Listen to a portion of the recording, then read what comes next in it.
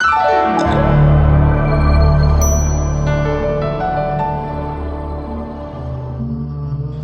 معاملات سے آپ یقین کریں، کچھ لوگ طلاق کا مسئلہ پوچھنے آتے ہیں تو میں رو پڑتا ہوں چھوٹے بچوں کو دیکھ کے۔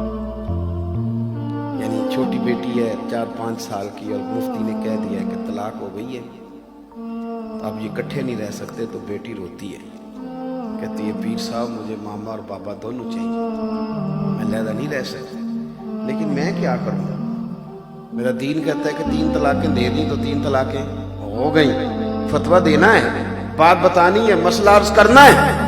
لیکن تکلیف اس بات کی ہے کہ لوگوں کا علم سے رشتہ ہوتا تو شادی سے 15 دن پہلے شیروانی کے لیے گئے تھے اور شادی سے 1.5 ماہ پہلے فرنیچر کے لیے گئے تھے اور کتنے کتنے دن شہروں میں جا کے ضائع کیے تھے۔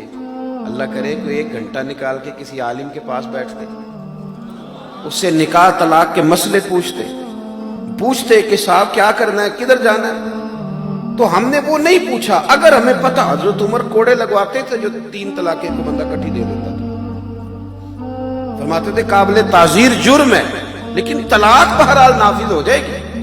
3 طلاقیں دے دی تو 3۔ کچھ لوگ کہتے ہیں، سادے بندے کہتے ہیں دیکھو جی میں نے 3 طلاقیں دے دی ہیں، پر ایک ہی دفعہ کیسے ہو گئی؟ تو میں نے کہا جس طرح قبول ایک ہی دفعہ ہو گیا تھا کہ نہیں ہو گیا کہ 3 مہینے لگے تھے، وہ 3 دفعہ اکٹھا ہو جاتا ہے تو طلاق بھی 3 دفعہ اکٹھی۔ کچھ اور بڑے بھولے ہیں، وہ کہتے ہیں میری بیوی سامنے نہیں تھی، تو میں نے کہا وہ تو نکاح کے ٹائم بھی کوئی نہیں تھی سامنے، اس نے وصول نہیں کی، تو یہ نکاح کا رجسٹری کا پتر اس نے وصول کیا؟ تو ایسی بھولی باتیں کرتے ہیں اب آپ۔ تو عزیز، اگر علم ہو، پتہ ہو، گھر نہیں ٹوٹتے۔ اگر آپ کو، علامہ اقبال کہتے ہیں کہ جب میں لندن میں وکالت کرتا تھا تو ایک نوجوان نے پہلے مجھے وکیل بنا کر کے اس نے نکاح کیا، کچھ عرصے کے بعد بیوی سے اختلاف ہو گیا تو اس نے طلاق دینا چاہیے۔ میں نے بھی اسے کہا کہ اتنی تم نے کوشش کے ساتھ نکاح کیا ہے، اس کے ماں باپ نے بھی سمجھایا، سب نے کہا، لیکن وہ کہنے لگا نہیں، بس میرے دل میں اس کے لیے اب محبت نہیں رہی، چھوڑنا چاہتا ہوں۔ نوجوان میری بات پر غور کریں، میں نے اب چھوڑ کے رہنا ہے۔ تو اقبال کہتے ہیں میں چونکہ لائر تھا، وکیل تھا، میں نے اس کا کیس دائر کر دیا۔ کچھ وقت کے بعد ایسا وقت آ گیا کہ اب شاید 1 آدھ پیشی کے بعد طلاق ہو جائے۔ تو ایک دن وہ سر شام آ گیا، کہنے لگے اقبال کیس واپس لے لو، مجھے طلاق نہیں دینی۔ میں نے اسے کہا کہ اب کیا ہوا؟ غیر مسلم ہے، کہتا ہے میرے پاس نا مسلمانوں کے پیارے نبی علیہ السلام کی ایک حدیث پہنچ گئی ہے، یہ حدیث کنز العمال میں، مسند امام احمد میں، دیگر کتب احادیث میں موجود ہے۔ وہ کہتے ہیں ایک حدیث نے نا میری سوچ بدل دی ہے۔ اگر آپ کی سوچ بدل جائے نا کبھی، سوچ، یعنی میرے پاس ایک بچہ تھا تو کہنے لگا لوگ چین نہیں لینے دیتے، آپ فون بند کیوں نہیں کرتے؟ کچھ لوگ ایسے ہیں وہ صرف اپنا وقت دیکھ کے فون کرتے ہیں، جس کو نہیں کرتے، آپ اس کو بند کر دیں۔ اگر آپ کو کوئی کام کرنا ہے تو میں اسے کہتا ہوں یار میرا دل کرتا ہے میں فارغ بیٹھا ہوں، یہ کچھ کر رہا ہوں، تو کوئی فون آئے، کوئی بندہ مسئلہ پوچھ لے تو میں اسے عبادت سمجھ کے بتاتا ہوں۔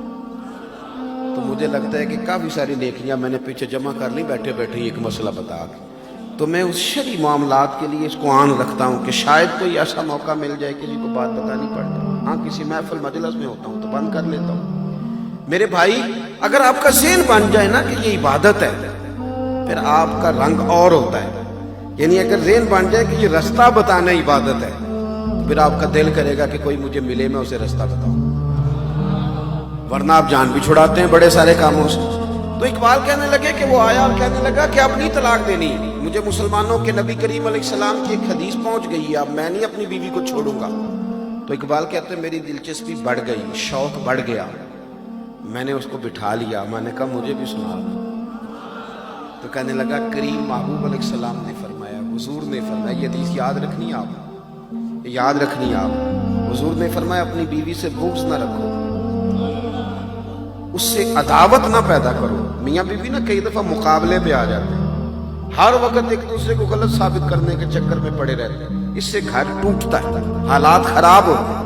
حضور نے فرمایا اپنی بیوی سے بغض نہ رکھو، اگر اس کی کچھ عادتیں تمہیں ناپسند ہیں تو ان پر غور کر لو جو تمہیں پسند ہے، جو اس کی عادت اچھی ہے اس پر غور کر لو، لیکن بغض پیدا نہ کرو۔ وہ کہتا ہے میں نے کل ہی یہ حدیث مجھ تک پہنچی، میں نے پڑھی تو میرا تو بالکل نا زاویہ نگاہ ہی بدل گیا، سوچ ہی تبدیل ہو گئی، گویا میں ادھر جا رہا تھا، حضور کے فرمان نے مجھے اس رستے پہ ڈال دیا ہے۔ کا معنی کیا ہے؟